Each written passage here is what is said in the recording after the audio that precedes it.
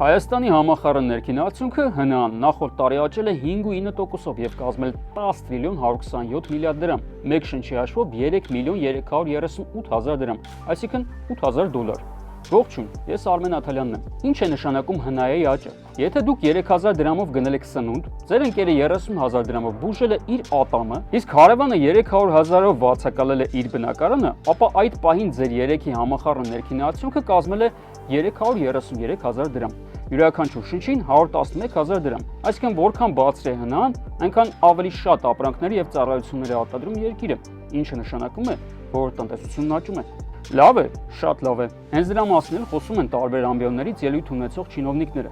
Բայց ո՞նց է ստացվում, որ մեր կյանքը չի փոխվում դեպի լավը, կհասցնեն շատերը եւ ճիշտ էլ կանեն։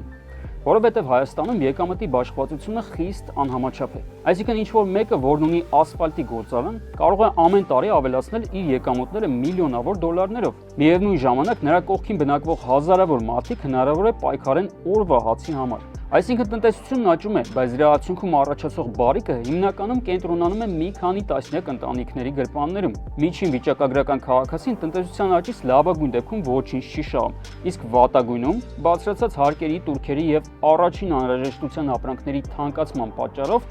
խնայում է ավելի քիչ գումար, քան նախկինում էր։ Փորձեք հիշել սա։